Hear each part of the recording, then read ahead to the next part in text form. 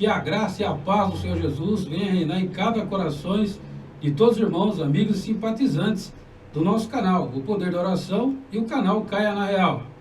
E hoje eu gostaria de agradecer de coração a Deus, por essa oportunidade, e também ao nosso amigo, jornalista, pastor José Ferreira Filho, mais conhecido como Ferreira Filho, esse grande servo do Senhor que está conosco aqui no nosso estúdio, estará aqui respondendo 7 perguntas que talvez você aí do outro lado tenha dúvida, e com certeza vai enriquecer o conhecimento de muitos que estarão ouvindo aqui e sabendo que dentro desse âmbito espiritual tem muitas coisas ainda que Deus vai revelar através de homens de Deus que estão dispostos a trazer resposta para nós, como aqui o pastor jornalista Ferreira Filho, Um pouquinho da biografia do pastor Ferreira Filho, missionário transcultural na Bolívia por 10 anos, membro da Convenção Nacional da Assembleia de Deus. Então, um grande pastor, um grande homem de Deus que está aqui conosco, nos dando a honra de estar aqui no canal O Poder da Oração, e também será transmitido no canal Caia na Real. E a palavra está com o nosso pastor aí, fazer as suas considerações iniciais, Muito bem, muito obrigado, pastor Lázaro, meu amigo. De coração quero registrar aqui a minha gratidão a Deus, em primeiro lugar, e também a sua pessoa pelo convite honroso que me veio há dias atrás. Eu estou aqui me sentindo muito honrado e muito feliz de poder estar contribuindo com esse trabalho seu, que já é um trabalho de grande proporção, de grande abrangência em nossa região. E agradecer e cumprimento em meu nome, em nome do seu nome próprio também, a todos os nossos telespectadores que estão agora sintonizados, estão nos acompanhando para esse importante trabalho. Eu quero dizer a vocês que estou me sentindo honrado, feliz, e aqui estou para atender ao seu convite com muito amor, com muita amabilidade e, sobretudo, com um aprofundamento do nosso compromisso que nós temos com a obra de Deus. Estou à sua disposição. É uma bênção, Temos 7 perguntas aqui que eu tenho certeza que os ouvintes e os telespectadores que estão vendo esse canal e ouvindo irão, com certeza, sanar suas dúvidas com essas perguntas. São 7 perguntas, E desde já queria agradecer realmente de coração para o pastor ter vindo, aqui a esse convite maravilhoso. E nós vamos aqui listar a primeira pergunta. Vamos lançar na tela, você vai ver na tela aí as 7 perguntas, e nós vamos fazer a primeira pergunta, e o pastor posteriormente vai estar já respondendo a primeira pergunta aqui dessa sequência de 7 perguntas, Então nós estamos aqui elaborando, já foi elaborado 7 perguntas, que é pergunta que traz para nós um respaldo muito grande nos dias atuais, nos dias que estamos vivendo. É necessário ter pessoas com um grande conhecimento, como o pastor, para trazer para nós esse conhecimento maravilhoso dentro da palavra de Deus. Vou colocar na tela agora para você que está aí vendo quais são as perguntas. Muito bem, essa primeira pergunta que você nos faz, eu devo dizer de antemão que o meu compromisso para essas respostas, começando por essa pergunta tão pertinente, tão importante, que vem trazer, que possa contribuir ao nosso público ouvinte que nos acompanha, é muito importante. Você pode formular a pergunta? Sim, a primeira pergunta pastor, no decorrer dos anos, o que mudou nas igrejas atuais em relação à igreja primitiva? O que mudou?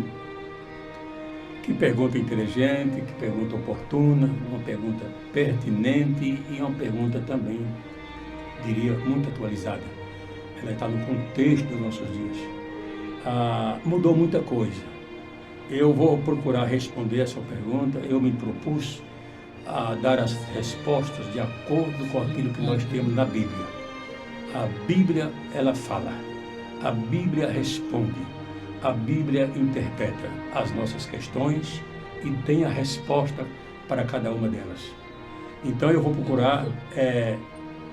procurar responder a essa importante pergunta ao nosso público, que querem saber alguma coisa das mudanças que houve em relação à igreja primitiva, com a igreja do nosso século, dos nossos dias em que vivemos. eu vou procurar ler a Bíblia, citar alguns versículos para essa resposta, tá bom? Isso.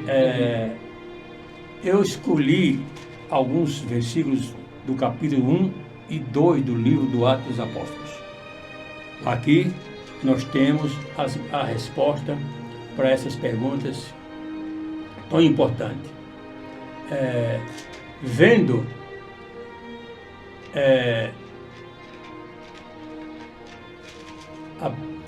alguns aspectos na mudança em relação à igreja primitiva, a igreja dos dias apostólicos, com os dias de hoje, mudou muita coisa. Nós vamos citar algumas coisas que nós não vemos hoje, coisas que havia entre os nossos irmãos lá dos dias apostólicos.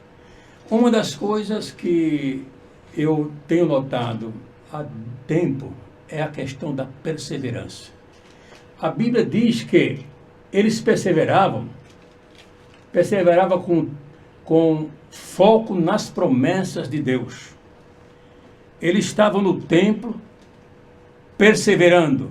E eu quero fazer aqui uma distinção entre o que significa perseverar e o que significa insistir. Há muitas pessoas hoje, no contexto da igreja, que insistem e não persevera. E eu vou explicar isso bem claramente. A insistir é uma coisa casual, temporal, que pode haver hoje no coração da pessoa uma insistência, mas amanhã ele acorda sem essa insistência.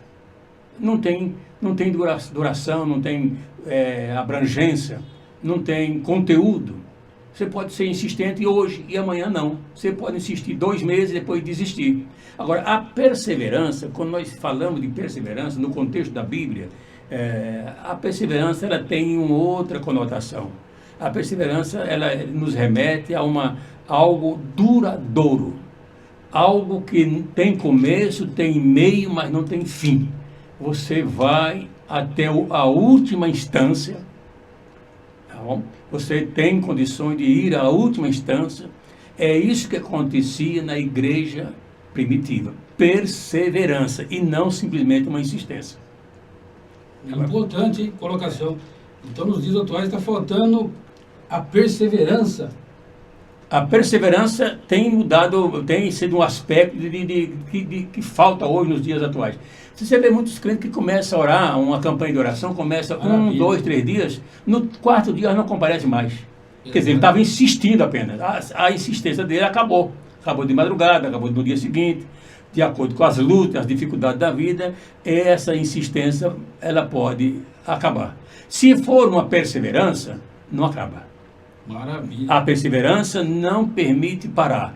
Ela nos empurra, ela nos leva ao objetivo final, ela quer ver o resultado. A perseverança trabalha com resultado. Não trabalha apenas com querer, mas, sobretudo, com resultado. Uma outra coisa interessante é que eles, para perseverar, remete-nos uma ideia de conjunto, uma ideia de coletivo. É impossível você perseverar sozinho. Insistir, você pode insistir sozinho, sem a sua esposa, sem o seu filho, é uma forma subjetiva. Mas a perseverança, ela nos ensina, ela nos remete a uma questão coletiva. Tal o que o pastor está pensando, deve ser o meu pensamento. Tal o que o pastor pensa, é o que a igreja deve pensar também. Tem que haver uma harmonia de objetivo. Aí reside a perseverança. Aí reside a perseverança. É o que havia lá com os discípulos do Senhor Jesus, lá no templo. Eles perseveravam, eles habitavam no templo.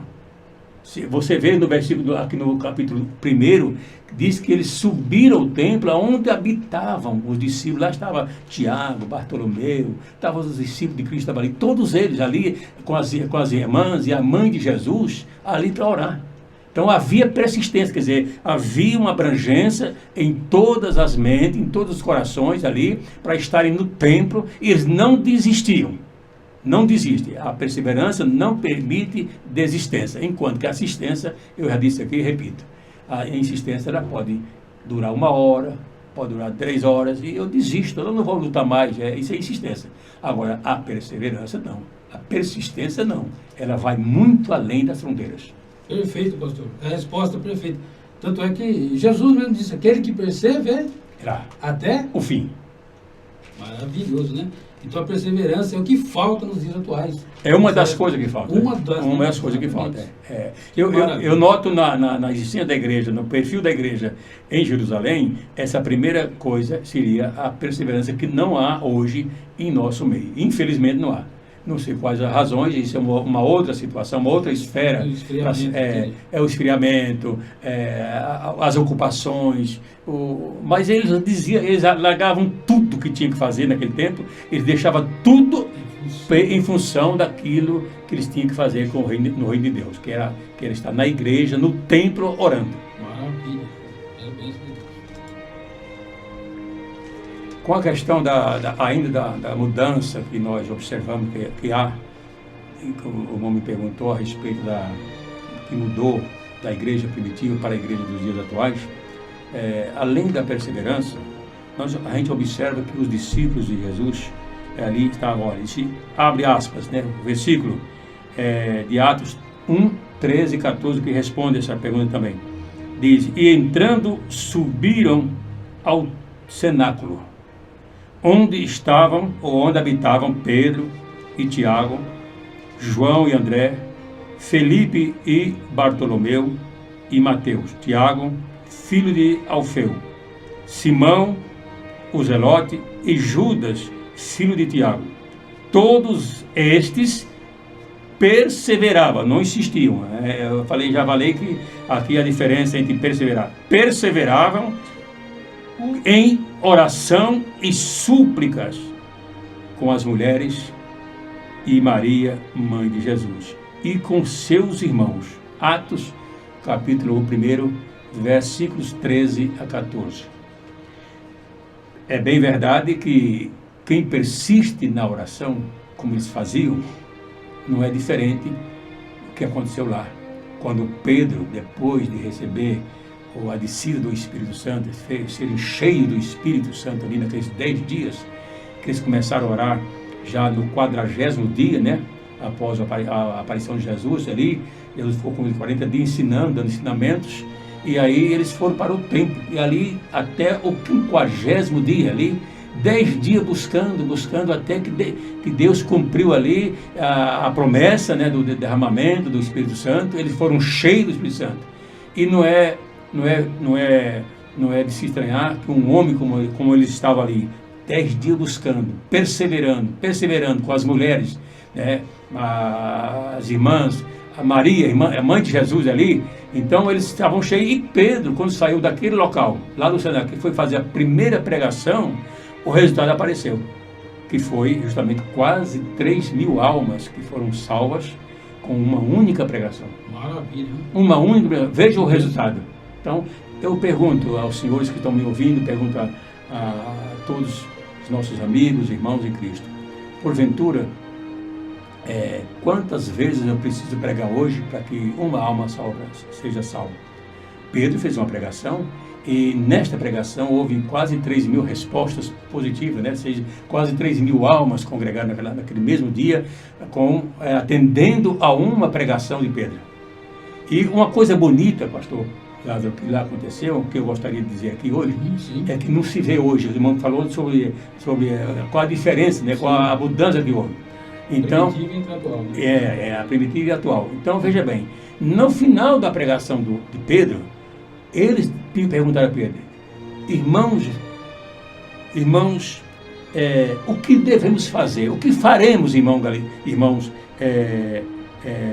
para aceitar Jesus que está pregando? Essa foi a pergunta ali das pessoas, né? Maravilha. Quer dizer, Pedro não teve nenhum trabalho de perguntar quem queria Jesus. Simplesmente ele pregou a palavra e a resposta veio através de uma pergunta.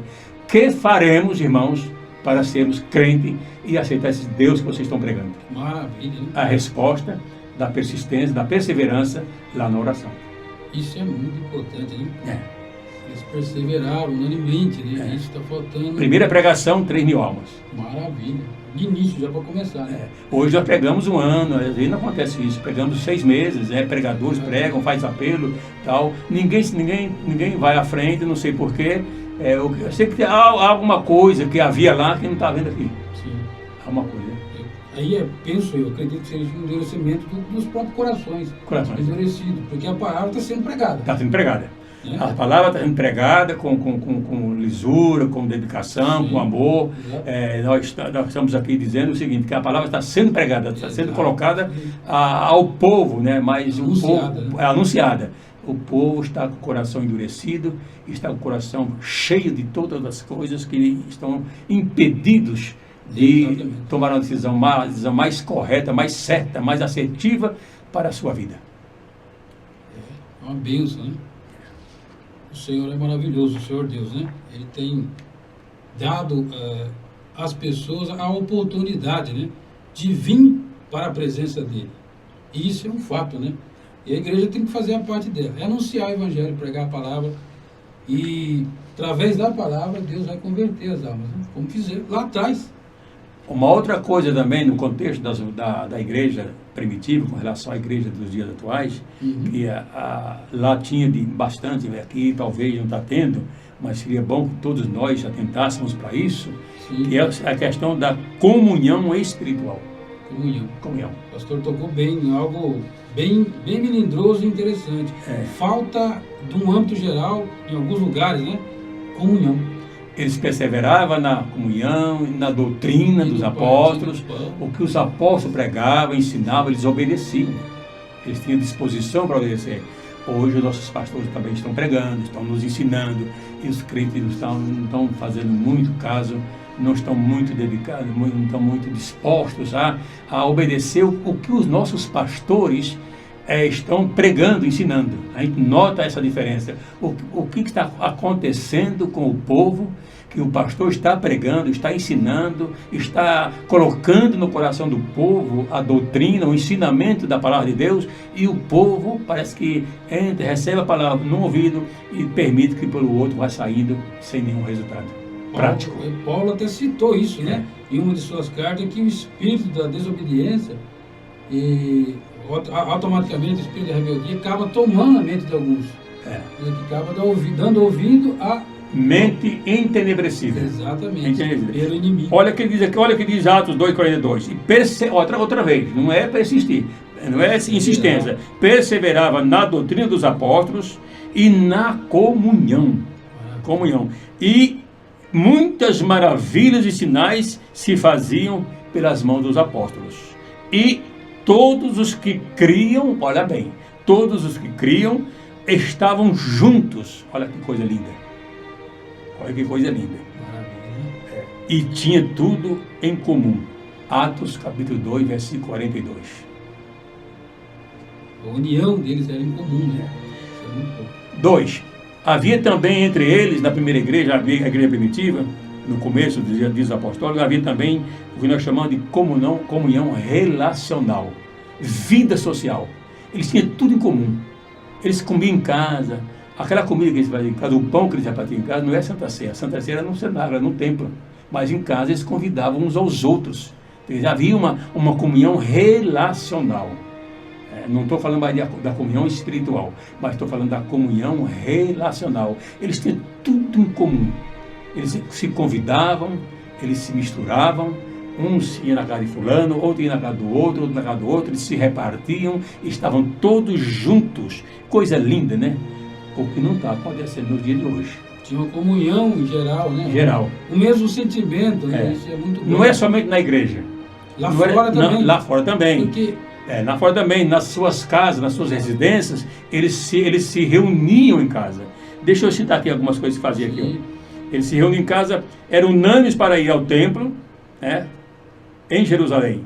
Repartiam o pão e comiam juntos em casa, com alegria e singeleza de coração.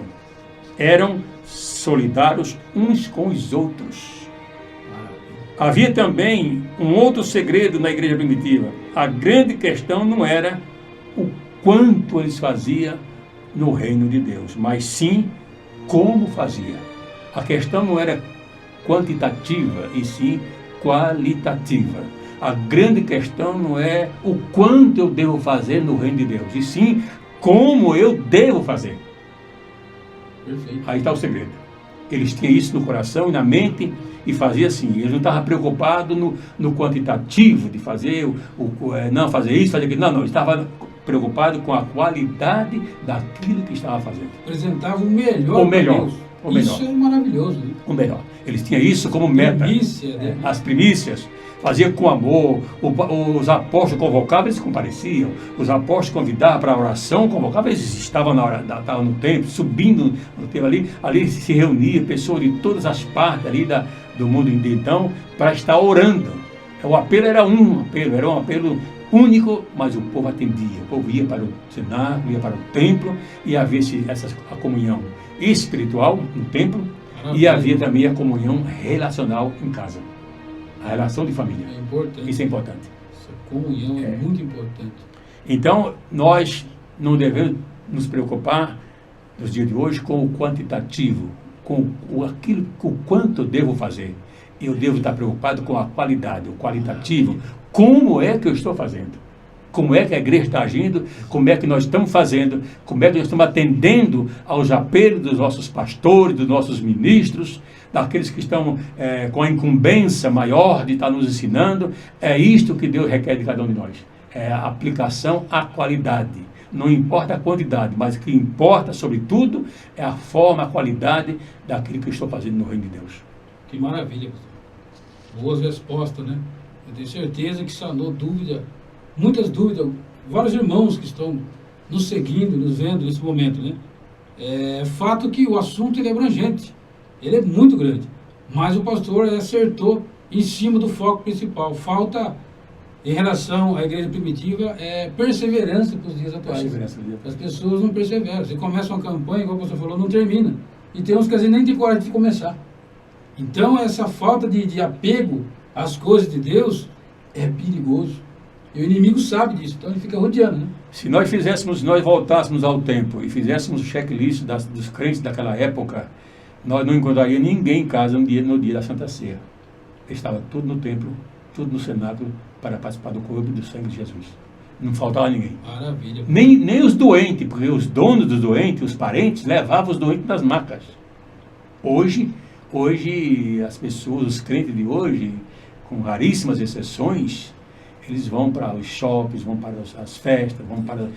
no dia da Santa Ceia, o pastor avisa o mês inteiro, Santa Ceia, mas eles marcam o compromisso justamente para esse dia tão primacial, que é o dia da Santa Ceia. E vai postergando isso. Tem crente que fica 3, 4, 5, 6 Santa Ceia sem tomar.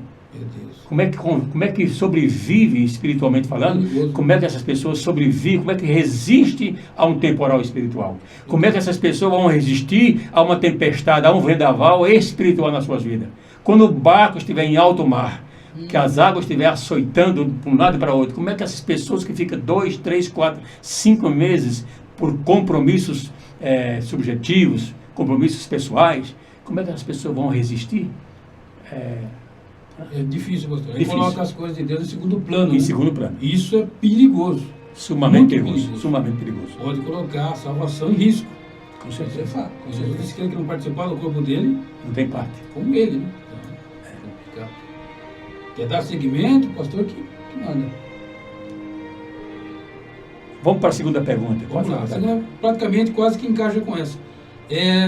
Segunda pergunta. Qual a visão do pastor sobre o futuro da igreja no Brasil? Maravilha. Essa pergunta também é muito pertinente, muito importante. Eu quero responder à luz da Bíblia.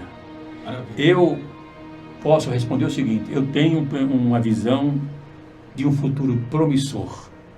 Amém. De um futuro vitorioso, de um futuro triunfante para a igreja. Quem pensar que a igreja de Cristo foi estabelecida nessa terra para ser vencida, para ser um fracasso, está enganado. Pode vir o que venha a acontecer. Pode acontecer o que tenha a acontecer. Pode perseguir a igreja do jeito que quiserem. A igreja de Cristo há de triunfar. Jesus disse em Mateus 16, né? É. Que a porta... As portas, né? Não é simplesmente as portas, é plural. As portas do inferno não prevalecerão contra a minha igreja, disse Jesus. Não sou eu que estou dizendo, Jesus disse isso. Que as portas do inferno não prevalecerão contra a igreja de Cristo. Então eu estou tranquilo e eu posso dizer aos nossos telespectadores que a minha visão, apesar de um sincretismo religioso que está dominando nas esferas hoje, dentro da nossa igreja, das das denominações, são muitas denominações e algumas coisas que nós estamos vendo aí, mas a igreja de Jesus, a igreja, pode até fracassar o José Ferreira Filho. Eu posso até definir na fé, mas a igreja de Jesus não. Pode acontecer de um crente hoje, um crente de fé, amanhã ele pode estar arriado. Pode, não deve, mas pode acontecer isso. Nós temos experiência de pessoas que andaram anos e hoje você vê que não está mais na igreja. Então aquela pessoa é um caso à parte, mas não a igreja. A igreja no aspecto espiritual, no aspecto coletivo, a igreja, o povo de Deus, a igreja de Jesus, o corpo místico de Cristo, não fracassa. A igreja não foi estabelecida neste mundo para ser pisada por ninguém. Pode haver perseguição? Sim. Pode haver afronta? Sim. Nós estamos aí vivenciando tudo isto, mas fracassar jamais. Então a minha visão de futuro, olhando para o futuro, olhando para cima, eu vejo um futuro glorioso, um futuro promissor, um futuro triunfante da igreja de Cristo na Terra, apesar das perseguições, das batalhas, das lutas. Mas eu aprendi, e a Bíblia tem a resposta, nós não batalharemos pela força do braço. Nós temos as ferramentas do Espírito para combater as coisas do Espírito. As perseguições que estão vindo, as ideologias que estão entrando em escala alarmante, nós temos a palavra de Deus no coração para não somente combater, mas nos livrar dos efeitos catastróficos dessas heresias. A igreja de Cristo vai triunfar e sempre triunfou. Lázaro, o que você acha? Se a igreja fosse um elemento de fracasso, fosse uma história de fracassar na Terra, pensa bem, já transcorreram mais de 2000 anos. Quase 3000 anos. Depois de história. Eu pergunto para você, quando foi que a igreja experimentou um fracasso? Nunca. Foi perseguida, foi atacada. Não pereceu. Não pereceu. Hoje. Não. Hoje. Faz séculos, né? Séculos, milênios a existência da história da igreja, mas eu não consegui, não consigo, não vou conseguir nunca, jamais ter em mente que a igreja experimentou um fracasso. Experimentou, vivenciou algum tipo de fracasso. Afronta existe. Sim. Né? Luta existe, perseguições, difamação. Tudo isso está no contexto, sim, mas jamais a igreja de Cristo vai sentir-se abalada por isso. Que maravilha, boa resposta, pastor. O terceiro tópico nosso aqui, pastor, vai falar de um pessoal aqui que existe desde o começo do mundo, né? A gente sabe que os libertinos, pessoas que têm sentimentos que podem fazer qualquer coisa, e não só fazer, mas querem convencer as pessoas de fazerem o errado, segundo a luz da Bíblia. Então, os libertinos, a pergunta que vem agora, a terceira pergunta é, militantes libertinos querem criar leis que trazem costumes pecaminosos de Sodoma e Gomorra, destruição da família tradicional. Muito bem. Outra pergunta importante e merece também uma resposta também à altura. O diabo, o inimigo nosso, sempre trabalhou assim, contra os princípios do Evangelho. Ele tem seus partidários, ele não está só. O diabo, ele está sempre acompanhado por outros. O diabo também, para investir contra a igreja, para trazer coisas ruins para o seio da igreja, querendo desmistificar a verdadeira fé, querendo desmanchar o que Jesus construiu, querendo desfazer aquilo que foi consumado na cruz, que é a morte primacial de Cristo por nós. Mas eu tenho aqui um versículo na Bíblia. Nós temos esse versículo na Bíblia, que graças a Deus a Bíblia é perfeita, a Bíblia é completa, a Bíblia não falta nada, ela tem tudo para todos nós. Glória a Jesus. Vamos ler o versículo de número 20 e 23 do livro do profeta Isaías para responder essa pergunta. Maravilha. Essa pergunta é bem importante, né, pastor? 5, 20 e 23. Olha para esses libertinos. Aqui vai uma mensagem para você, amigo. Você que está querendo, está tentando fazer a igreja parar. Você que está tentando está querendo colocar diante da igreja os seus pensamentos, as suas ideologias com mudanças terríveis. Escuta o que a Bíblia tem a lhe dizer. Isaías capítulo 5, verso 20 e 23 diz o seguinte. Ai, aqui estão os 3 ais, aqui residem os 3 ais do juízo divino contra esses libertinos que querem transtornar a doutrina, o ensinamento de Cristo para a sua igreja.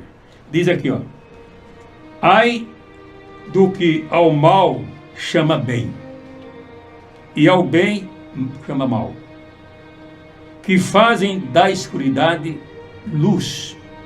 É a inversão de valores, né? Inversão de valores. E da luz, escuridade. E fazem do amargo doce. E do doce faz o amargo. O versículo 21 diz o seguinte. O segundo ai. Ai dos que são sábios aos seus próprios olhos, aos seus próprios entendimentos. Olha só. E prudentes diante de si mesmos. Isso não tem valor nenhum. Ser sábio diante de si mesmo, diante dos próprios olhos e dos seus próprios entendimentos, isso não produz nada, absolutamente nada.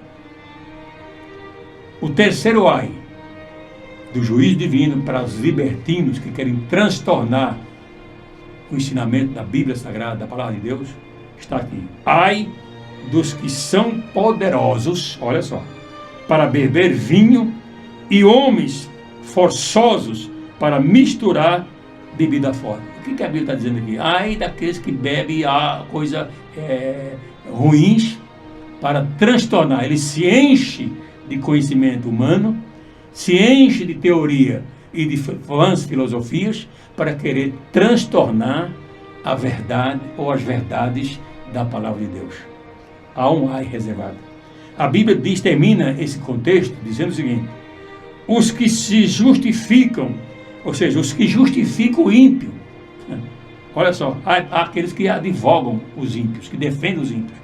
Os que justificam o ímpio por presentes e ao justo nega a justiça. Você viu aqui em valores?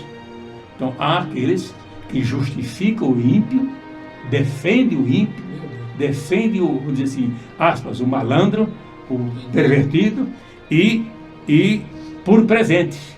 Troca o certo pelo errado. Troca o certo pelo errado. Você vota em mim, você me dá seu apoio, que eu estou. Né? Então aí está o negócio. E diz aqui, faz isso para defender o ímpio e ao justo eles se condenam.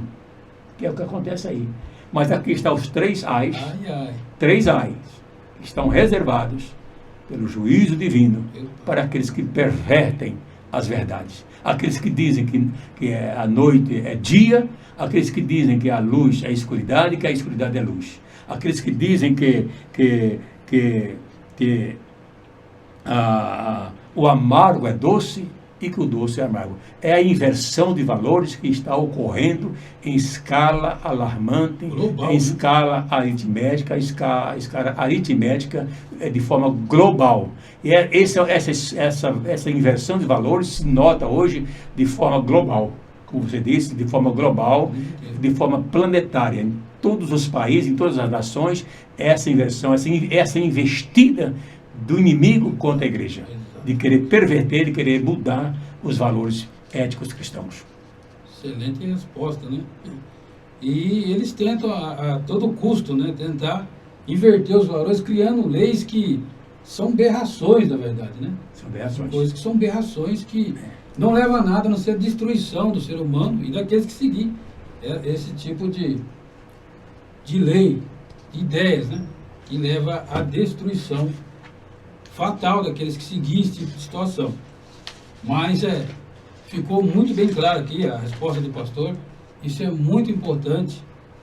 Como diz, as pessoas só não seguem o caminho certo se não quiser, pois a Bíblia, a palavra, tem resposta para tudo.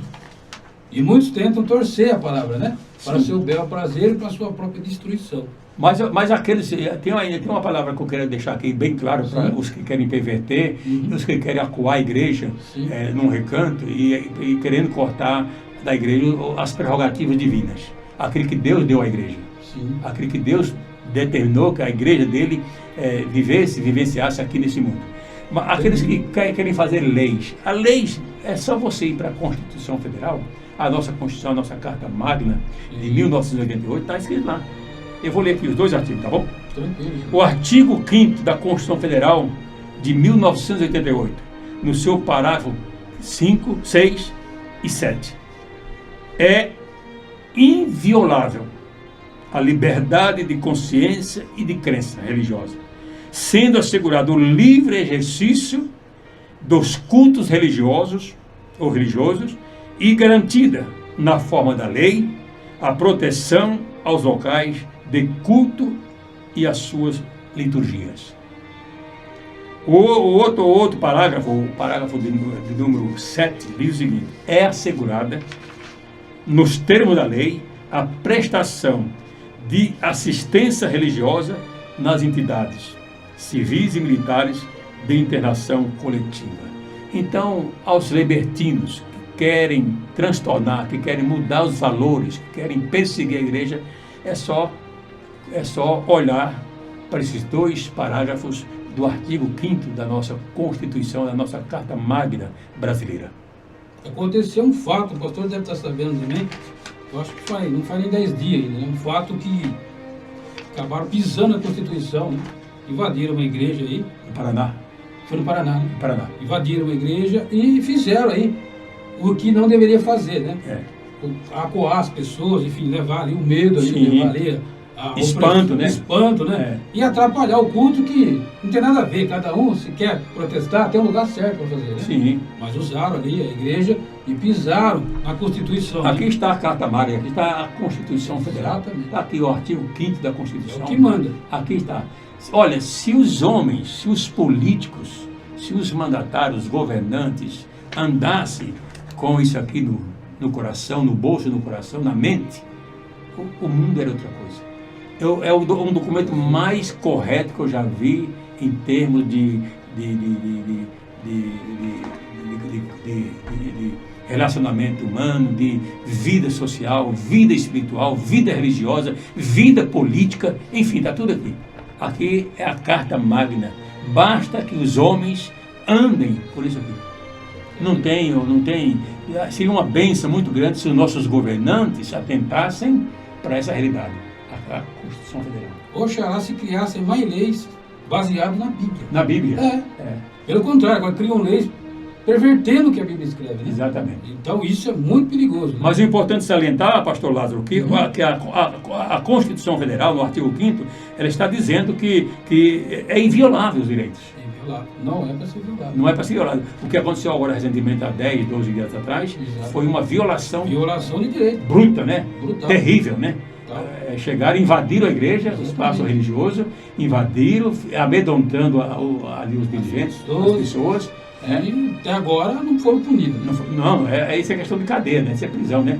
Segundo está escrito aqui, né? Cadeia. Está faltando fazer valer a lei no Brasil, né? Está faltando valer. Lei existe, o que não há é cumprimento dessa lei. Valer a lei, então está faltando. E a próxima pergunta vai ser sobre isso mesmo, né? Sobre a relação Estado e Igreja, Estado e fé. Eu sei que uma coisa é diferente da outra, mas as duas se convergem da seguinte forma.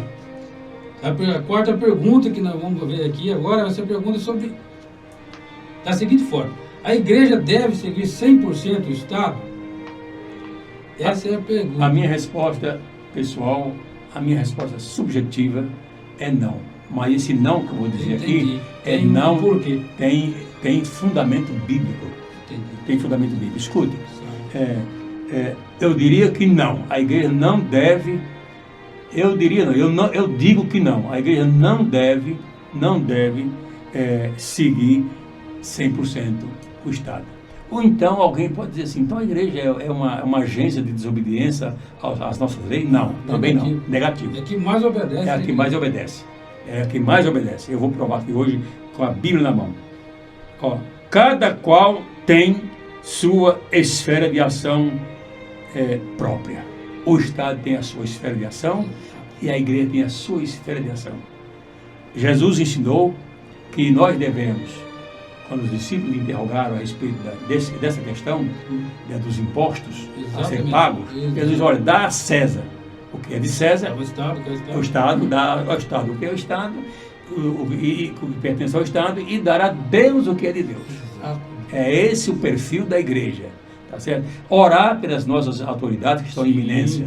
É uma obrigação da igreja, nossos líderes, o povo, os crentes, os evangélicos, dobrar o seu joelho e apresentar os nossos governantes diante de Deus para que eles possam fazer um governo bom, saudável, um governo produtivo, um governo de bem para o povo. Para o povo. E isso pode nascer do coração em oração, né? Mas cuide só o que a Bíblia tem a dizer aqui também. Alguns versículos nós vamos ler. Você tem sua Bíblia aí, irmão Lázaro? Tem. Pega a sua Bíblia, você vai ler a Bíblia agora, ler aqui uns versículos importantes. Acha aí, encontre na sua Bíblia, no livro de Mateus, capítulo 22, verso 15 ao 21. Mateus 22. Me ajuda aí a responder essa pergunta. Se a igreja deve seguir 100%. Eu digo que não. O 15, né? Vamos ver o que a Bíblia está dizendo. Aqui, a Bíblia não. Tá. 15 até 22, né? Do 15 ao 21. Ao 21, tá. Vamos lá. Então retirou-se o fariseu, consultaram entre si como o surpreenderiam na alguma palavra, né? Consultaram a Jesus, né? E enviaram-lhe os seus discípulos com os herodianos, dizendo: Mestre, bem sabemos que é verdadeiro, e ensinas o caminho de Deus, segundo a verdade. E ninguém se dá, porque não olha as aparências dos homens. Versículo 17. Dize-nos, pois, que te parece? É lícito pagar o tributo a César ou não? 18. Prossiga. Jesus, porém, conhecendo a sua malícia, disse: Por que me experimentais, hipócritas? Malícia. Malícia. Está no meio aí, né? É maldade, né? É maldade. 19. Mostrai-me a moeda do tributo. E eles lhe apresentaram um dinheiro. Versículo 20, né? E ele disse-lhes: De quem é esta esfinge e esta inscrição? E disseram eles, né? De César. Então ele lhes disse: Dai, pois, a César o que é de César e a Deus o que é de Deus. O que pertence a César está na Constituição Federal. E o que pertence a Deus está na Bíblia. Glória a Deus, aqui, ó. Está aqui. Está aqui. Então, você não pode omitir a César ou ao governo, você tem que pagar os impostos, sim. Tá? Está aqui escrito, Jesus ensinou sobre isso, pagar, dar a César o que é de César, mas não deixar de dar a Deus o que é de Deus por causa de César. Exatamente. Tá certo? Não vou pagar os impostos porque eu sou crente, eu não vou pagar. Está errado. Precisa pagar. Tem que pagar. Faz parte, né? Tem que pagar. Parte da sociedade. Eu gostei muito, pastor Lázaro, de uma palavra que o nosso novo ministro, pastor doutor André Mendonça, no seu discurso de posse, ele fez uma ele fez uma colocação muito importante e muito verdadeira. Eu diria muito assertiva, foi a locução do nosso ministro, doutor André Mendonça, quando ele diz: olha, questões do Estado são regidas pela Constituição Federal. E as questões que diz respeito à igreja, as questões espirituais, são regidas e tratadas à luz da Bíblia. Maravilha. Está muito bem. Perfeito. Perfeito. Resposta Eu creio que perfeita. a resposta para essa pergunta Perfeito. está aí. Perfeito, A Bíblia isso dá. mesmo. Não é um pensamento meu. Não, é. Nós estamos aqui lendo a Bíblia. É na Bíblia. E isso é fato. Jesus separou uma coisa da outra. É. O Estado, fé, fé. Lê mais um versículo aí, rapidinho. Romanos 13. Romanos 13. Romanos 13. 13. Vamos ler a Bíblia, porque para que os nossos telespectadores que estão nos acompanhando Sim, Romanos. saibam. Romanos 13, verso de número 1. Primeiro, né? Pode ler do primeiro ao 7, rapidinho. 7. Só vai ler e pronto. Toda alma esteja sujeita às potestades Olha aí. superiores. Então, se eu ensinar aqui hoje que nós não devemos honrar e respeitar as autoridades, eu estou errado. A Bíblia diz que nós devemos respeitar, reverenciar e obedecer às autoridades. Superiores, porque não há potestade que não venha de Deus. Aí, ó. E as potestades que a foram ordenadas por ele, por Deus. 2. Por isso, quem resiste à potestade, resiste à ordenação de Deus. E os que resistem trarão sobre si mesmo a condenação. Versículo 3. Porque os magistrados não são terror para as boas obras, mas para as más. Queres tu, pois, não temer a potestade? Faz o bem e terás louvor dela. Versículo 4. Porque ele é ministro de Deus, para teu bem. Mas se fizeres o mal, teme, pois, não traz debalde a espada, porque é ministro de Deus, e vingador para castigar os que fazem o mal. Pronto. Está bem claro, né, mano? Claro. Está bem claro, está bem respondido. Como a luz do dia. Deve ou não? A igreja não deve seguir 100%. A igreja tem a sua esfera espiritual, que é regida pela Bíblia, pela palavra de Deus. O nosso norte é Jesus. O nosso norte é a Bíblia Sagrada. Exatamente. É o caminho pelo qual e no qual devemos caminhar. Como o ministro André Mendonça, o doutor André Mendonça, o ministro do Supremo Tribunal Federal, ele disse: questões do Estado é com a Constituição Federal. Questões da igreja, questões espirituais é com a Bíblia. Com a Bíblia. Porque um não interfere no outro, né? Há essa... E aqui vai. Você quer viver atormentado? Você gosta de ser atormentado? Você gosta de ser maltratado? Você gosta de ser colocado à margem e ao sofrimento?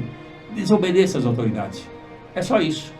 Você quer ser bem tratado? A Bíblia diz que receber elogios, reconhecimento das autoridades, então obedeça, respeita. Respeitem as autoridades. É interessante que o pastor falou algo interessante. A lei é para todos. Mas quem geralmente tromba com elas é quem não obedece. É quem não obedece. Quem tromba com a lei. Eu tenho 72 obedece, anos. Não passa Eu tenho por ela. 72 anos, nunca levei trombada com nenhuma autoridade. Nunca levei trombada. Eu nunca obedeci 100% ao Estado. Ou seja, nunca vivi o que o Estado impõe 100%. Tem regra, tem esfera espiritual é diferente de esfera política. Exatamente. Tá certo? Não mistura tudo. Não pode misturar. Cada um é cada um. Eu rejo minha vida, as minhas escolhas e as minhas ações pela palavra. Maravilha, boa resposta. E a quinta pergunta, pastor, que nós vamos aqui, o pastor deu uma resposta maravilhosa para nós aqui, realmente separando Estado de igreja, né? As duas coisas é necessário, mas uma não interfere na outra. Não pode interferir. Não pode. Não pode. E a quinta pergunta é sobre isso mesmo. Na época, o Estado acabou interferindo na igreja. Então, nós vamos falar desse personagem, o Constantino, que ficou conhecido, né, na história da igreja primitiva. E a pergunta é: Constantino se converteu ou apenas se infiltrou para colocar suas condutas pagãs no seio da igreja? Caso na época, né? Que pergunta interessante, profunda, e ela é muito bem-vinda. Ela é forte. É forte. Mas está na história. Está na história. Eu fui cuidadoso e procurei responder essa pergunta de acordo com a Bíblia também. Entendi, claro. Essa ideia a Bíblia. Não. Eu diria que não. Que ele não fez isso. Ele foi lendo a história dele, conhecendo um pouco da história de Constantino, quem foi Constantino, conhecendo um pouco da sua biografia. Eu digo que não. Eu vou mostrar aqui hoje pela Bíblia que não. Não. É preciso conhecer a verdade em 3 tempos. A verdade definida, João 8,36. João 16,13 está lá. verdade definida. Conhecereis a verdade, né? Segundo, é preciso conhecer a verdade conhecida, a definida e a verdade conhecida. Também está em Jeremias, capítulo 10, verso 10. Deuteronômio, capítulo 32 e verso 4. E por último, a verdade praticada. A verdade definida, a verdade conhecida e a verdade praticada. 2 João, capítulo 1, versículo 1 e 1 João, capítulo 3, verso 18. Aí você encontra as 3 verdades. Mas agora veja bem o papel desse homem, desse personagem chamado Constantino. Quem foi Constantino? E o que foi que ele fez de fato? Por isso que eu trouxe aqui os 3 tipos de verdade. A verdade conhecida, a verdade definida e a verdade praticada. Você precisa saber disso. Você precisa conhecer essas três nuances da verdade. Maravilha. Tá certo? A verdade que você sabe da verdade porque ouviu alguém dizer. Isso não é tudo. E há a verdade que você sabe porque você estudou, você pesquisou e você foi a fundo. E você chegou a uma conclusão que aquela é a verdade. Uma verdade central. E existe a verdade que é aquele que um passa para o outro. E nesse passar um para o outro, o que nós chamamos de meia-verdade. Ela vai sendo tolhida. Mas escute quem foi de fato Constantino. Um pouquinho da sua biografia. Foi com a chegada de Constantino ao poder que mudou a relação do império com o cristianismo. Constantino converteu-se cristão em 313 e permitiu que os cultos cristãos ocorressem sem ameaça de violência ou perseguição. Assim, na figura de Constantino o Grande ganhou novos seguidores em todos os grupos sociais e se expandiu com mais facilidade, acabando por se tornar indispensável para um bom governo do Império Romano. Em pouco tempo, os cultos pagãos passaram a ser proibidos e o cristianismo tornou-se a religião oficial do Império Romano em 380 da nossa era cristã. Um pouquinho da sua biografia. Constantino I nasceu em 272 e viveu até 337 da nossa era. Foi o primeiro imperador cristão de Roma. Constantino I, ou Constantino o Grande, cujo nome completo era Flávio Valério Aurélio Constantino. Nasceu no dia 26 de fevereiro do ano 272 da nossa era. Filho do oficial grego Constâncio Cloro de Helena. Viveu a maior parte de seus dias, ou da sua infância e juventude, na corte do imperador Diocleciano. Esse era ruim. No ano 284 a 305. Veja o que aconteceu lá. Veja o que ele fez lá. O Império Romano, sob o domínio de Constantino. Durante o reinado de Constantino, o Império Romano passou por uma série de reformas religiosas, administrativas e militares. Cada uma de acordo com o que nós vamos falar agora. A primeira coisa que ocorreu lá foi reformas religiosas. Legalizou o cristianismo e as demais religiões através do Edito de Milão. Unificou a igreja cristã de modo a acabar com as divergências de doutrinas.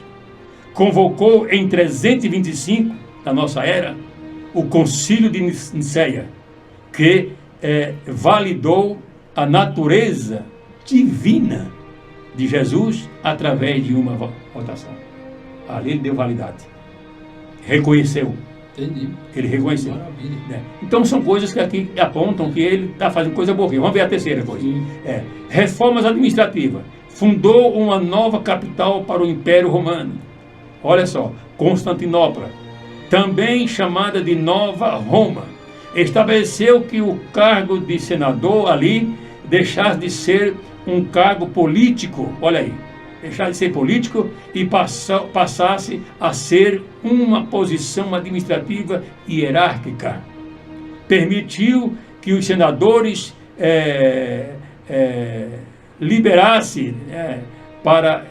tivesse livre para eleger quem ingressasse no Senado. Reformas militares foram as melhores. Aboliu a guarda pretoriana, responsável por proteger parte central do acampamento, onde ficavam os oficiais do exército. Criou as escolas palatinas, que passaram a ser o núcleo do sistema militar romano. E por fim, ele fez o seguinte: por fim, decretou o domingo como dia de descanso. Você sabia? Sim. Que o domingo que nós descansamos hoje foi Constantino decretou lá. Decretou lá. Sim. Ele definiu a maneira de calcular a data da Páscoa. Tá? E ficou o dia 25 de dezembro, esse dia que nós celebramos como dia do Natal, foi Constantino também que validou esse dia 25 de dezembro como o dia do Natal. Isso fica como simbólico, né? Porque a data exata não é essa data. Não é essa data. Tá errado. Tem 6 anos de diferença do dicionário, no caso judeu, né? O verdadeiro dicionário, no caso deles, lá dos judeus, tem diferença entre o dicionário católico, assim, né? Com certeza. Foi criado na época, né? Mas você viu que o mundo todo, né, quase o mundo inteiro, com base nesse calendário, segue esse regulamento de coisa. Quer dizer, ele pode ter sido, eu não conheço aqui na história de coisa, eu dei uma olhada bem cuidadosa na sua biografia, nos seus atos, no seu modo de governança lá. Não, eu não encontrei assim algo que pudesse hoje eu lhe atribuir que ele simplesmente foi um engano. Não, ele fez algumas coisas lá, tal, mas isso é de todo o governo. Isso é de todo o governo. De uma certa forma, ele foi usado para cessar a perseguição diária. Muito grande na época. Grande. Matança tremenda. Matança. Do povo, ele colocou o dedo, né? Ele colocou o dedo dele lá e ali houve então uma trégua, né, que até hoje nós podemos dizer que isso foi uma grande contribuição, porque parou de ser perseguido e se estabeleceu uma nova ordem de paz no cristianismo. Muito bem. Agora, se ele fez alguma coisa, se ele produziu alguma coisa de maldade, de ruim, e que se ele se converteu de uma forma enganosa, simplesmente para tirar proveito, isso ele vai prestar conta a Deus depois. Deus já está prestando conta. Exatamente, já está lá. Né? Já está lá. Boa resposta, né? E Constantino foi o mesmo que teve uma visão, né? Que colocou os escudos, né? Os soldados, né? Sim. Ele teve a visão. Teve a visão. E mediante a visão ele colocou ali no escudo do soldado e dali em diante ele converteu, né? Segundo a história. A segunda história. Ele se converteu. Ele teve aquela visão, colocou os escudos nos soldados, né? Exato. E através daquela visão que ele teve, ele se rendeu à conversão. Maravilha. Se foi uma conversão original, uma conversão de coração, uma entrega, como nós nos entregamos a Cristo, né? Em nossa decisão pessoal, isso é uma outra história. O julgamento virá de Deus. Quem vai julgar não sou eu. Quem vai julgar não sou eu. É Deus que vai julgar. Exato. Perfeito, pastor. Então, nós podemos passar para a 6ª pergunta? É a 6ª ou a 7ª?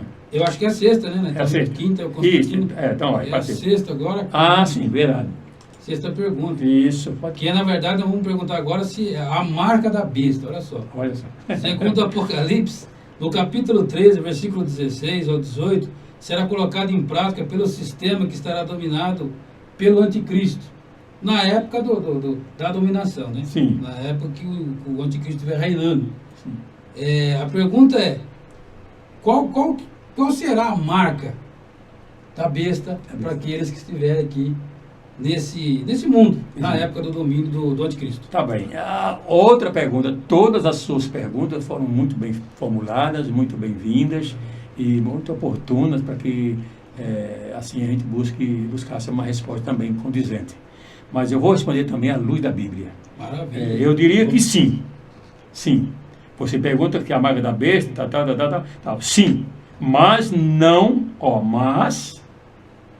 mas, uma conjunção adversativa, mas não é para o tempo da igreja enquanto estiver na terra. Entendi, isso é perfeito. A igreja de Cristo, da qual você e eu, nós fazemos parte, a igreja de Cristo não está destinada ao sofrimento e às agrúrias. Até porque a igreja vem sofrendo já de lá para cá, né? Não, Isso, né? impetrada pelo anticristo. Não, Pelo anticristo não, também. não. A igreja não está. A igreja tem outro perfil.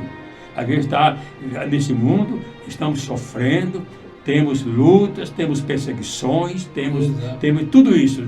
Desde que a igreja surgiu, nasceu, foi inaugurada lá em Jerusalém, de lá para cá não cessou as tribulações. Não cessou as perseguições. Sempre foi perseguida, numa escala aritmética, numa escala alarmante, numa escala geográfica, abrangente, forte. Mas não podemos nem sequer comparar com a grande tribulação. Não. A grande tribulação está elevada para os ímpios, para os perdidos. Agora, lá na grande tribulação, nessa fase dos 7 anos, eu chamo em duas fases, né? Eu chamo a primeira fase de baixa tribulação, se é que eu posso usar esse termo. E eu uso a segunda fase dela, 3 anos e meio, de alta tribulação. A igreja, mais forte ainda, a igreja não vai sofrer nem a primeira, a chamada baixa tribulação, que é o início de um governo mais ou menos suave, mas vai resolver o problema do mundo, paz, né? Israel, os palestinos, Israel, uma falsa paz. Depois de 3 anos e meio, ele quebra esse pacto, né? Quebra esse pacto que nunca foi verdadeiro, né? Não, ele é forjado. Forjado. Exatamente. E aí começa exatamente o que eu chamo de alta compressão da tribulação. Aí apertar. A igreja não sofrerá nem a primeira fase nem a segunda fase. E o próprio Apocalipse fala isso, 3:10. Eu vou citar aqui. Guarda da palavra, né? Sim, olha aqui. Olha o que diz a Bíblia aqui. Olha o que a Bíblia diz a respeito dessa... Abra sua Bíblia aí, por favor, rapidinho, para a resposta. Vamos lá. Glória a Deus. Apocalipse? Sim, Apocalipse 13, 16 e 18. Maravilha. Apocalipse 13, 16 ao 18. Eu estou usando aqui o meu amigo, o pastor Lázaro, o entrevistador, para que ele também nos ajude na leitura da Bíblia. 16 a 18, né? Isso. Maravilha. Então, e faz o que todos, pequenos e grandes, ricos e pobres, livres e servos, lhes seja posto um sinal, na sua mão direita ou nas suas testas, para que ninguém possa comprar ou vender, senão aquele que tiver o sinal, ou o nome da besta, ou o número do seu nome. O senhor acha que a morte de Jesus na cruz, que o sofrimento de Cristo, que o derramamento do seu sangue na cruz por mim, por você, pela igreja, vai nos encurralar numa situação dessa? Vai permitir que a igreja se encurrale aí? Não, porque aí seria praticamente... Eu pergunto, exatamente. Se já a morte de Jesus... Ele já fez isso. Se a morte de Cristo não nos permitir que nós saiamos desta situação e que saiamos do mundo, sejamos levados daqui para o céu antes que se estabeleça, eu pergunto a você, quem se salvará? Não. Isso só vai acontecer aqueles que abandonaram o caminho. O caminho. Aí os desobedientes, os imundos, os que não estão nem aí com a Bíblia, não estão aí com a igreja, não obedecem os seus pastores, não obedecem a doutrina da Bíblia, não querem nada com Jesus. Então, esses estão sujeitos a isso aí. E pode também haver até salvação lá. Sim. Mas com a vida. Pagar com a vida. Pagar com a vida, né? Pagar com a vida, pagar com sangue. O que eu não quero, você quer? Não. Você quer? Basta o sangue de Jesus. Você quer protelar a sua salvação para esse tempo aí? Eu não quero também. Não. Vamos lutar até o fim. Até o final. E a igreja, eu creio que a igreja de Jesus, da qual nós pertencemos, será levada da terra antes que se estabeleça. Maravilha. Antes que isso aconteça. Glória a Deus. Agora, quem ficar aqui, ai desse que aqui fica, ai das grávidas, ai do desviado, ai daquele, vai ser mesmo com a vida. Se não der a vida, vai ter que receber a marca. E uma vez marcado para sempre. Para sempre. Essa marca aí, ela é indelével, ela não sai. Ela é eterna. Não tem como, é a marca para sempre. É assim como o crente vai entrar no céu com uma marca de Cristo. Marca de Cristo. Paulo disse, eu trago no meu corpo as marcas de Jesus. Maravilha. Ele disse, eu trago no meu corpo. Ninguém se inquiete, ninguém se perturbe comigo, com a minha maneira de falar, de pregar, com a minha força de falar e pregar. Porque eu trago no meu corpo as marcas de Jesus. Que maravilha. Ou do outro lado, um outro grupo vai também chegar lá com a marca, que é a marca da besta. Mas não é você, não é eu, não é o meu pastor, não é minha esposa, não é meus filhos, não é a nossa família, que está debaixo do sangue de Jesus. Graça do Mestre. O livramento maior, irmão, depois da nossa salvação, é o livramento da grande tribulação, que está destinada aos desobedientes. Exatamente. Que resposta, né? Resposta maravilhosa. É isso. Então, as pessoas que não quiserem seguir o Mestre ou abandonar o caminho, poderão passar por isso. Poderão. É candidato, é um candidato listado para passar por isso. A igreja não. A igreja absolutamente reservada para isso. Não. Reservada para estar com o Mestre. A igreja está sofrendo hoje. Está sofrendo. Esse sofrimento aqui, irmão, para nós posso usar aqui uma expressão? É mamão com açúcar. Bem mamão com açúcar. É para empurrar nós para a oração, só isso. Exatamente, para orar. É para orar. Vai orar por mim, orar pela minha família, orar pelos meus amigos, orar pelo meu pastor, orar pela minha igreja, zelar da igreja, zelar o nome da minha igreja, pregar a palavra de forma, em tempo e fora de tempo.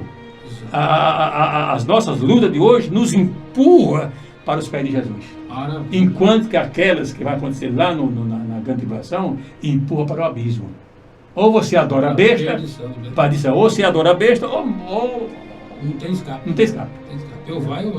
Quer salvação? Vai ter que dar a vida. Dá a vida. Olha, meu irmão, se hoje com a graça, se hoje você tem a graça, você hoje tem a assistência do Espírito Santo que intercede por nós com gemidos inexprimíveis. Ele intercede, ele roga. A Bíblia diz, chega a dizer que nós não sabemos como convém orar. Mas o Espírito Santo intercede por nós com gemidos. Ele interpreta as suas emoções diante de Deus. Ele interpreta as suas necessidades diante de Deus. Essa é a função primacial do Espírito. É interpretar as nossas grandes questões. Porque nós não sabemos nem como convém orar. Não. Mas ele entra em cena em nosso favor. Eu pergunto, e o que vai ser desse povo que não está levando as coisas a sério hoje, não quer nada com Deus, e vai postergando uma decisão para frente, aí a igreja é arrebatada, o pai é arrebatado, a esposa, a mãe fica, ou vice-versa, ou o filho vai e o pai fica, aí vão se dar conta do erro que praticou. Terrível decepção, né? Terrível decepção. Os que não quiserem nada, ou levar de qualquer jeito, né? Exatamente. Vai ser... empurrando com a barriga. Vai ser forte. Religião não se empurra com a barriga. Não, é sério. É coisa séria, é coisa séria. Deus não se brinca, muito menos com o diabo. Exatamente. Nenhum dos dois. As duas coisas. E o anticristo vai ter influência e poder. Vai.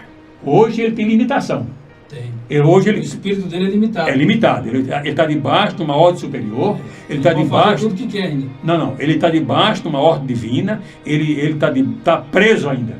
Eu vejo o espírito do anticristo como um cachorro louco, acorrentado, amarrado ao tronco, de um tronco, e dando volta ali, mas doido para fazer as suas coisas, mas não vai poder fazer mais nada além do que está aí. É isso aí. É limite. Ele está debaixo de um limite imposto por Deus. Esse limite é um limite determinado pela mão de Deus.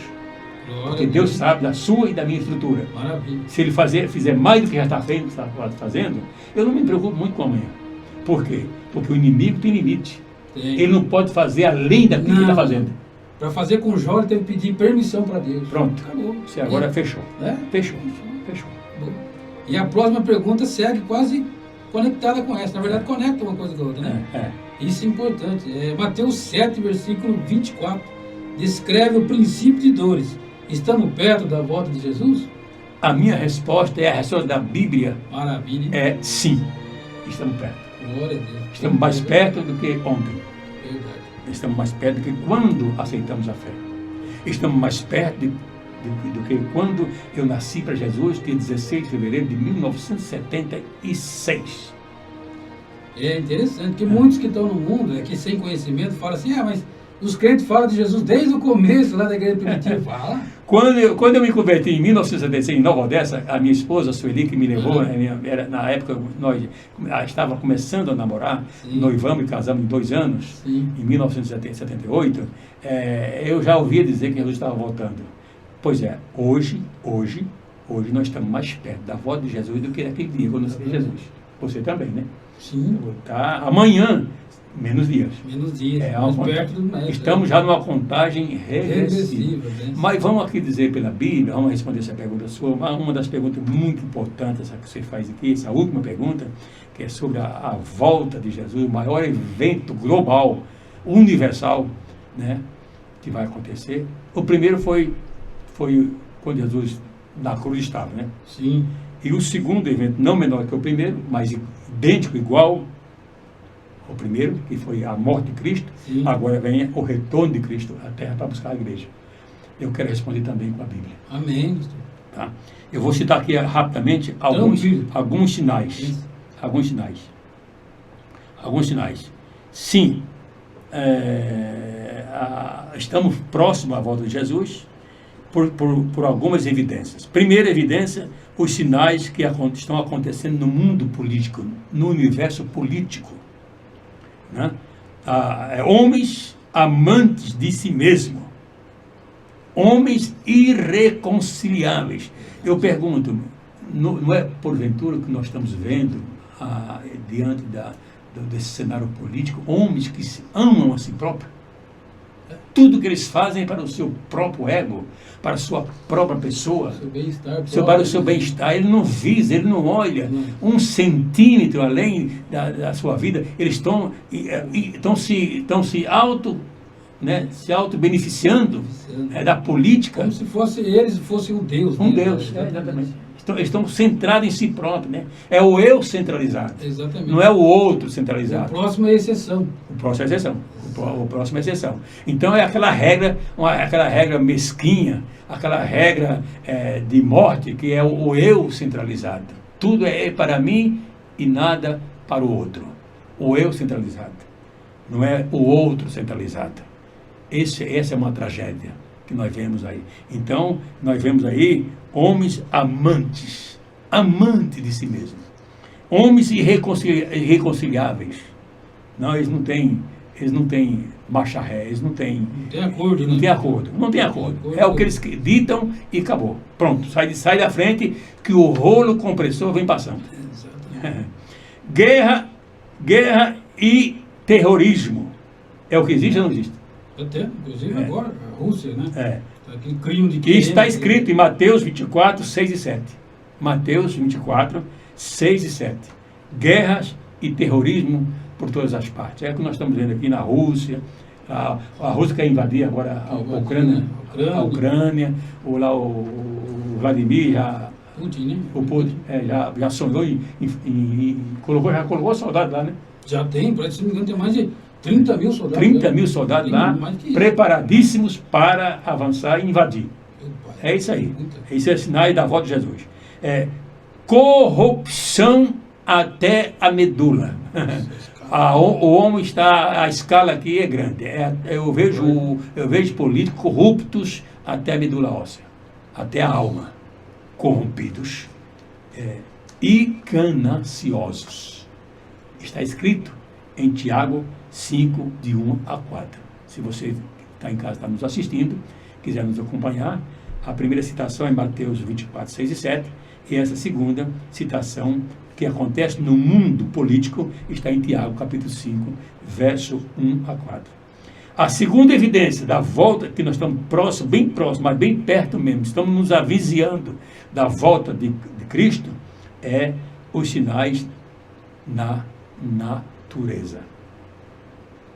Escurecimento do sol e da lua. Pastor Lázaro, você sabia que há centenas de anos, e aconteceu dia 19 de maio de 1780, foi o dia denominado por cientistas do mundo inteiro como o dia escuro, ou chamado Death Day. dia escuro. Dia de trevas mesmo. Dia de trevas. Foi bem escuro. As trevas. Aconteceu esse fato. Aconteceu esse fato dia 19 de 5 de maio de 1780. Isso eu não sabia, interessante. Olha, interessante. E agora aqui vai uma advertência, aliás, um alerta para você, irmão, para você, minha irmã, para você, pastor, para você que está nos assistindo aqui, vai um alerta. Há muitas pessoas que ainda não sabem disso aqui, não sabem que isso aconteceu. Esse sinal do escurecimento do sol e da lua já aconteceu em 1780. Não espere um outro acontecimento deste para dizer, olha, a volta de Jesus está próxima. Já aconteceu, dia 19 de maio de 1780, foi denominado o dia da escuridão. Apagou-se tudo no planeta. Em 1780. Tremendo, hein? Abril a maio, dia 19 de maio de 1780. Entendeu? E está escrito em Mateus, esse acontecimento está escrito em Mateus 24, 29. Não é outro que vai acontecer, é aquilo que aconteceu já em 1780. Então essa profecia, esse sinal já se cumpriu. Não espere outro. Se prepare. Mateus 24, 29. E Apocalipse, capítulo 6, verso 12. Eles versam sobre esse tema. Esse tema. E já aconteceu. Para mim, José Ferreira Filho, esse tema, esse assunto, essa escuridão, não é coisa que vai acontecer. Para mim, já é passado. Mas aí me preocupa uma coisa. Há muitos cristãos que não sabem disso. Há muitas igrejas que não sabem que isso aconteceu. E há muitos líderes evangélicos que não ensinam isso porque também não sabem que isso aconteceu. Não sabem. Tá certo? Se soubessem, é bom que você que está me ouvindo aí, você que é pastor, que é dirigente, que é obreiro, é bom que você tome essa pesquisa. Aí, entra no Google aí, entra no Google, meu irmão. Entra no Google. O Google mostra alguma coisa de coisa boa também para você. Entra aí que você vai achar essa informação. Ela é um fato, é uma informação factual. Ela existiu de fato. Não é apenas uma... Aconteceu. Tá bom? Não espere outro escurecimento global, que pode ser que não vai acontecer, mas já aconteceu, que faz parte dos sinais para a volta de Jesus. O segundo é a queda das estrelas. Queda das estrelas, sim, a queda das estrelas.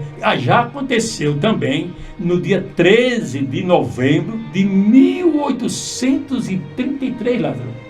Olha só, 1833, olha, anota aí. Dia 13 de novembro de 1833, meteoros de Leônidas foram vistos cortando o céu. Olha só, esse dia ficou conhecido como o dia em que as estrelas caíram. Muitos pastores não sabem isso. Não sabem. Muitos cristãos ainda estão esperando essa profecia se cumprir. Acontecer. Exatamente. E já aconteceu. Já aconteceu. Aconteceu quando? Aconteceu dia 13 de novembro de 1833. Há quantos anos? Você não faz minha conta ali? É muito tempo, hein? 900, 300 anos. Mais de 300 anos. Tá vendo? Já aconteceu. Quantos cristãos aí não sabem dessa informação? Que essa profecia que está escrita, esse sinal está escrito em Mateus 24, 29, Apocalipse, capítulo de número 6, verso 13, do caimento das estrelas. Para mim, já não precisa mais acontecer isso, porque para mim já aconteceu. Já aconteceu. Dia 13 do 11, a história registra isso. Um fato. Registra isso. A história registra que dia 13 de novembro de 1833, as estrelas caíram. Como evidência de um sinal, né? Cumprimento de um sinal. Cumprimento de um sinal da palavra de Deus sobre a volta de Jesus. E por último, ainda nesse contexto dos sinais da natureza, nós temos ainda grandes calamidades. Chuvas, terremotos, maremotos, né? Tsunami, enfim, está aí, conforme Lucas 21, 10 e 11. Maravilha. Está acontecendo todos os dias. Esse aqui aconteceram e está acontecendo. E pode acontecer amanhã. Esses sinais. Chuvas fortes, agora viu na Bahia? Sim. Você viu lá os irmãos baianos, as famílias baianas, como estão sofrendo, muitos desaparecidos, muitas mortes, muitos estão aí já desaparecidos ainda, não foram encontrados, muita calamidade. São fatos que já ocorreram. E outro sinal, outra evidência de que estamos próximos à volta de Jesus, irmão Lázaro, são os sinais que estão acontecendo na sociedade. Fome, epidemias, pandemias, conforme está escrito lá em Lucas, capítulo 21, verso 11. Isso já está ocorrendo há muito tempo, sempre ocorreu isso, sempre teve isso. Está ocorrendo hoje e pode estar acontecendo amanhã também. Tanto em escala geométrica, quanto em escala aritmética, né, local. Está acontecendo isso em todo mundo, acontece. Fome por todo lugar, não é isso? Sim. Maldade no coração e nas ações dos seres humanos. Segundo Timóteo, capítulo de número 3, verso 1 e 4. Faz parte desse sinal na sociedade. E por último, encerrando as minhas respostas a essa última pergunta sua, os sinais na esfera da religião. Apostasia nos últimos tempos. 1 Timóteo, capítulo 4, verso 1. Paulo escreveu ao seu filho Timóteo, falando sobre esse tema, né, esse acontecimento, que ele prenuncia a volta de Jesus. Nós estamos realmente vendo isto, uma apostasia tremenda. Pessoas que estavam na igreja há 10, 12, 15, 20 anos, até mais, e descobriram que eu estava no lugar errado e começaram a se apostatar da fé. Nossa. Aí é coisa séria, né? Isso faz parte das evidências, dos sinais que antecedem a volta de Jesus. Extrema corrupção estou falando de vida espiritual. Não estou falando mais de coisa política aqui, não. Sim. Então, essa apostasia é na esfera espiritual, é extrema corrupção nos últimos tempos, de acordo com Timóteo, 2 Timóteo, capítulo 3, verso 1 e 9, nós vemos corrupção fora e dentro da igreja. Existem algumas igrejas que também tem. Eu não sei se você viu aí umas reportagens que dão conta de certos líderes no Brasil, não vou aqui declinar o nome de ninguém, mas a gente lê, está nas páginas, está nas mídias sociais de determinados líderes, né? Com nome expressivo, a nível nacional, a nível internacional, que estão deleitados, estão dentro da corrupção, né? Dos autos. Envolvido com corrupção. Envolvido com corrupção. Corrupção espiritual e material também. Olha, se a pessoa... Está com o espiritual, o material, mais ainda. Já rodou tudo. Mais ainda. Mas, infelizmente, está aí. Né? Extrema corrupção. Paulo fala sobre extrema, ele usa essa palavra. Extrema corrupção nos últimos tempos, de acordo com 2 Timóteo, capítulo de número 3, verso 1 ao 9. E falsos cristos, meu Deus, e falsos profetas. Isso é o que mais tem, né? Isso é o que mais tem. Hoje, infelizmente, precisamos tomar muito cuidado. Precisamos avisar a igreja, precisamos ensinar a igreja sobre esses larápios, né? Esses enganadores, né? Enfim, nós estamos vendo isso aí todos os dias, todas as tardes e todas as noites, estamos nesse confronto terrível de debater e combater esse tipo de coisa. Mateus 24 está escrito sobre falsos cristos, falsos profetas. Falso avivamento. Até isso, mano. Falso avivamento. Não. O que é um falso avivamento espiritual? É o que mais se vê hoje. É um avivamento que dura 3 dias. O cara chega na igreja... Prazo de validade. Com prazo de validade. O camarada chega na igreja, recebe até um cachê alto para fazer um movimento. Ele tem a técnica de movimentar. Sim, consegue. Ele emocionar a pessoa, né? Isso é o chamado coach, né? Os coach da vida. Da vida, palestrante. Né? Eu sou coach palestrante, mas não uso isso, não. Técnicas, né? As minhas técnicas são técnicas científicas, são técnicas que eu posso utilizar em qualquer plataforma, tá? Não é Não é simplesmente fazer lavagem cerebral. Não, isso é muito perigoso. Hein? Então, são falsos profetas que estão aí. E esses avivamentos espirituais, de acordo com Apocalipse, capítulo 13, verso 13 a 14. Falsos avivamentos. É aquele avivamento que só dura o período em que o camarada está na igreja. É 3 dias. Ele prega na sexta, no sábado, domingo. Na segunda ele vai embora, acabou o avivamento. Esfriou tudo. Volta tudo a estaca zero. Perigo isso. Avivamento. Eu recebi um avivamento quando eu recebi o batismo com o Espírito Santo lá na igreja Assembleia de Deus de Taboão da Serra, lá em São Paulo, no capital. Sim. Na igreja do saudoso pastor, amigo nosso, saudosa memória, pastor Roberto Montanheiro. Isso aconteceu em outubro de 1979. Maravilha. Aquele avivamento que nós na minha vida nunca mais acabou. Até hoje. Nunca mais. Até O hoje. prova que a pessoa está no avivamento era não se afastar, né? Não se Era afastar. permanecer. Isso Permanecer, mostra que ela está avivada por Deus. E para concluir com a nossa contribuição aqui hoje, Maravilha. já agradecido aos nossos telespectadores e a você, Bom, pastor né? Lázaro, o que acontece aí também no mundo religioso é esfriamento Sim. do amor por causa da iniquidade. E quem fez essa advertência foi Jesus. Ele disse que nos últimos tempos, por se multiplicar a iniquidade, o amor de muitos se esfriaria. E é o que está acontecendo. Só não vê quem é cego. Quem é cego, tá? E o pior cego é aquele que não vê. Não quer ver, Que não quer ver. exatamente, não quer ver. Que não quer ver. E eu percebi, pastor, fazendo um gancho na resposta do pastor, nesses dias de Covid, de pandemia, enfim, a questão não é o Covid, mas o que veio por trás disso. Muitos que era para dar voz à igreja, ao povo de Deus, se calaram. Fica lá. Até muitos que eram eleitos e votados pela própria igreja, Sim. se calaram. Ficaram quietos, Fizeram silêncio. silêncio. E aí o erro predominou. Sim. Né? Por quê? Direitos foram tirados. Sim. Direitos foram tirados. É, E o pastor percebeu que a igreja era a primeira a entrar e a última a sair. com certeza. Né? Na hora da restrição era a primeira, estava na fila. Mas na hora de votar era a última.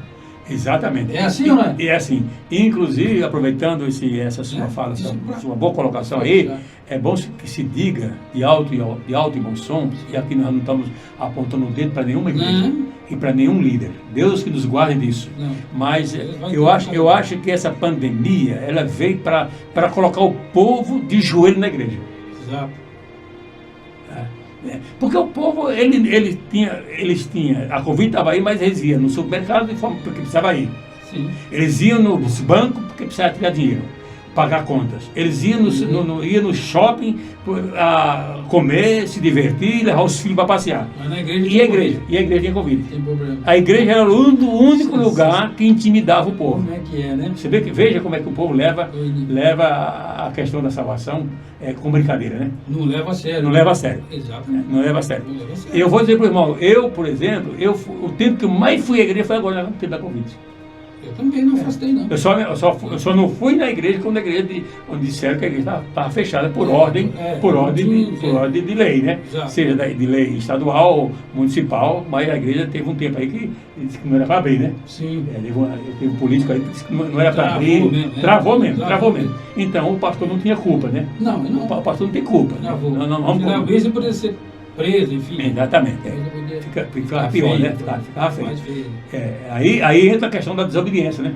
Exato. Mesmo que seja uma coisa arbitrária, uma coisa imposta, exagerada, mas tem que ter segurança do que vai fazer. Segurança, exatamente. Entendeu? Então, mas eu acho que se eu podia ir no correio, buscar cartas, se eu podia ir no shopping com meus filhos ou com meus netos, se eu podia ir nos bancos, se eu podia tirar dinheiro, depositar dinheiro nos caixas eletrônicos, se eu podia fazer compra no supermercado, por que não ir à igreja? Então, eu termino dizendo que essa pandemia veio para fazer um ajuste de quem é e de quem não é. Está escrito, Malaquias, né? Outra vez vereis a diferença entre o que serve a Deus e o que não serve. Está escrito. Então, essa diferença, mais uma vez, os nossos olhos viram fartamente acontecer, e o culpado era a Covid. A culpa é o governo. Olha, se a coisa está ruim, se a pressão está acontecendo, se o medo está batendo na porta do coração, meu amigo, então o lugar mais seguro é a igreja. Exatamente. É ali que você tem que ir. É ali que você tem que ir. O salmista diz, alegrei-me. O salmista diz, alegrei-me quando me disseram, vamos à igreja, vamos ao templo, vamos orar, à casa do Senhor. Quer dizer, para o salmista, era uma alegria apenas receber um convite. Eu não vou dizer nem estar lá. Eles iam lá, a pé, uns de camelos, outros, né, calçando alpargatas, chinelos, com os filhos nas costas, enfim, levando seus animais, suas talhas de água, porque não sabia quantos dias aquela viagem, né, até Jerusalém para adoração. Mas o motivo da alegria do salmista era o convite. Tá? Oi, salmista, vamos à casa do Senhor? Para ele era uma alegria. Alegrava. Maravilha. E hoje nós vemos aí com a pandemia, o povo dizendo, culpando a pandemia, por causa da pandemia, não vai à igreja. Meu amigo, você não foi à igreja por causa da pandemia, mas você foi ao shopping. Você não foi à igreja por causa da pandemia, você ia ao banco. Você não ia à igreja por causa da pandemia, mas você ia nas festas, até nas festas de família. Eu vou dizer uma coisa para você. Eu recusei de ir em festa de casamento na pandemia. Estou certo ou estou errado? Corretíssimo. Correto. Agora, para a igreja não, a igreja eu tinha que ir. A igreja, e não senta num colado, um longe do outro, enfim. Só não vai se não quiser. E os pastores, principalmente o nosso pastor foi muito sábio. Ele conduziu esse período aí duro de pandemia com sabedoria. Todos os protocolos foram colocados à disposição dos crentes. Só não ia para a igreja quem realmente não tinha compromisso com a igreja. Só isso. Fechou. Deus abençoe a todos, muito obrigado. Eu quero te agradecer, mandado de coração. Pastor, eu que agradeço, né, pela aula que nós tivemos aqui, foi muito proveitoso, né, foi muito bom estar com o pastor aqui. Não vai ficar só nessa vez, né? Tenho certeza que... Não, quando você quiser, se você achar que é produtivo. Ou se é produtivo. Então você pode convidar para as pessoas. De muitos irmãos, né? Pode convidar. Amém. A gente agradece. Muito obrigado, viu? Deus te abençoe. É uma grande honra. E quando comigo, a honra também não vou dizer que é toda minha, mas está dividida, viu? Né? É nossa. É muito bom. A honra é nossa. Então, Deus abençoe, viu? Deus abençoe os irmãos, né? Até a próxima. As pessoas que estão nos assistindo, nos acompanhando, logo mais às 20 horas vai ser feita a edição nos canais, né? Vai ser colocado, né? Vai lá para o YouTube, né? O canal Poder da Oração e o canal Caia na Real, né? Deus abençoe a todos. Já Muito obrigado a todos. Deus abençoe.